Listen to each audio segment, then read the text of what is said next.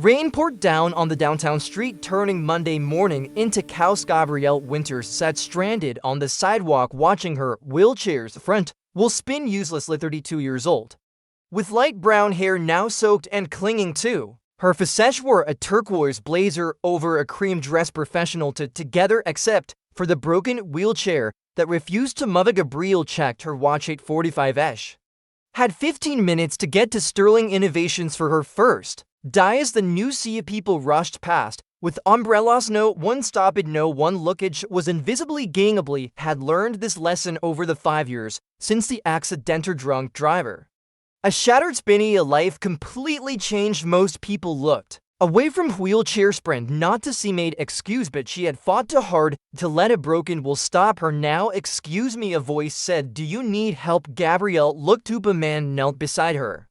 Wheelchairly 30s with dark hair and Kainash wore a soaked navy shirt and jeans work boots. The wheel is stuck, Gabrielle said. I think something is jammed in the mechanism. The man did not hesitate or knelt in a puddle. Examining the wheel, I see it, he said, piece of metal wedged. And here he pulled a small tool from his pocket. I work in maintenance at Sterling Innovations down the street. Always carry basic tools. Let me see if I can get this out for 5 minutes. He worked in the pouring rain, not complaining, not rushing, just focused on fixing the problem. Finally, the metal piece came free. Will spun smoothly. There you go, he said, standing. Water dripping from his hair. Should be good now. Thank you, Gabrielle said.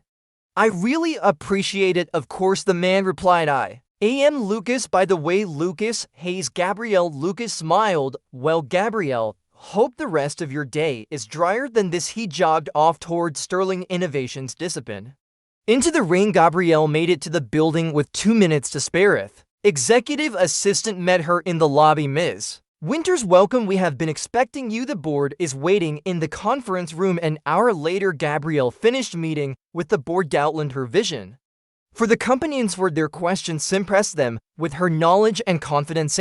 One mentioned her wheelchair. They saw her competence, said it was what mattered. We would like to give you a tour, the board chairman said. Meet some of the staff. They went through departments. Mark quarantining facilities. This is our maintenance team. The facilities manager said they keep everything running. 5 men stood in the workshop. One of them turned around. Lukashi's eyes went wide. He said, then caught himself. I mean, Ms. Winters, you know each other? The facilities manager asked. We met this morning, Gabrielle said. Mr. Hayes fixed my wheelchair in the rain. The room went quiet. You did not tell her who you were, the manager said to Lucas. She did not ask. Lucas replied, looking embarrassed, and she needed help. It did not matter who I was. Gabrielle studied him. This man had knelt in a puddle around his clothes, made her late start possible without knowing anything about her. Thank you again, Gabrielle said. It was no trouble. After the tour, Gabrielle returned to her new office, but she could not stop thinking about Lucas, about how he had helped without hesitation, how he had not treated her differently because of the wheelchair. Just saw someone who needed assistance. The next morning, Gabrielle asked her assistant for Lucas Hayes' personnel file. He has worked here 7 years, the assistant said. Excellent reviews, multiple commendations for going above and beyond.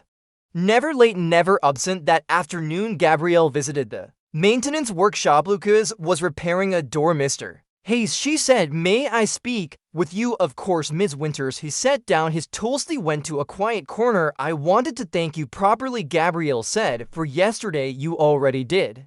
No, I thanked you as someone you helped, Gabrielle said. Now I am thanking you as someone who saw how you treat people. Lucas looked confused. I do not understand. You did not have to stop, Gabrielle explained. Most people would not have, but you did. You got soaked, missed the start of your shift, all to help a stranger. That says everything about your character. Lucas shifted uncomfortably. I just did what anyone would do. No, Gabrielle said gently. You did what very few people do. You saw someone who needed help and you helped without expecting anything, without knowing who I was. She paused. I am creating a new position, Director of Accessibility and Inclusion, someone to ensure this building works for everyone. I would like you to consider it. Lucas stared me. You understand what people need, Gabrielle said, because you pay attention. You see obstacles others miss. That is exactly what this role requires, Ms. Winters, I do not have a degree, I have tools and experience, nothing else. You have compassion, Gabrielle said, and awareness. Those cannot be taught over the next weeks. Lucas took the job, started identifying accessibility barriers, installing ramps, widening doorways, creating quiet spaces for employees who needed them. He consulted with Gabrielle regularly. Their professional relationship grew, but so did something else one evening. They were working ladder viewing building plans. Can I ask you something? Lucas said, of course. The day in the rain, he began. Did you think I was helping because of pity? Gabrielle considered the question. At first, maybe, she admitted. I am used to people either pitying me or ignoring me, but you were different. How you talked to me like a person, Gabrielle said, not a wheelchair. You asked what was wrong, you fixed it. You treated the situation as a practical problem, not a tragedy. She looked at him. That is rare. Lucas nodded. My sister has cerebral palsy, he said quietly. Growing up, I watched people treat her like she was broken, like her wheelchair defined her. But she is brilliant and funny and strong. She is not her disability, she is a person who happens to use a wheelchair. His voice was passionate. So when I saw you that day, I did not see someone to pity. I saw someone stuck in the rain with a mechanical problem that I could fix. Gabrielle felt tears. Your sister is lucky to have you. I am lucky to have her, Lucas corrected. She taught me to see people. Over the following months, Lucas and Gabrielle spent more time together. Professional meetings became coffee, became dinners, became confessions. I am falling for you, Lucas said one evening. They were in Gabrielle's office late alone. No, I should not say that, he continued. You are my boss. This is complicated, but I cannot help it. Gabrielle's heart raced. I am falling for you, too, but I need to know something. Anything. If I was not in this chair, Gabrielle asked, would you still feel this way? Lucas looked at her. Gabrielle, the chair is part of you, he said, like your intelligence, your determination, your kindness. I do not love you despite the wheelchair. I love you, all of you. The chair is just logistics. The person is what matters. Gabrielle cried. No one has ever said that to me. Then no one has really seen you. They married a year later. Small ceremony at the company. Employees invited.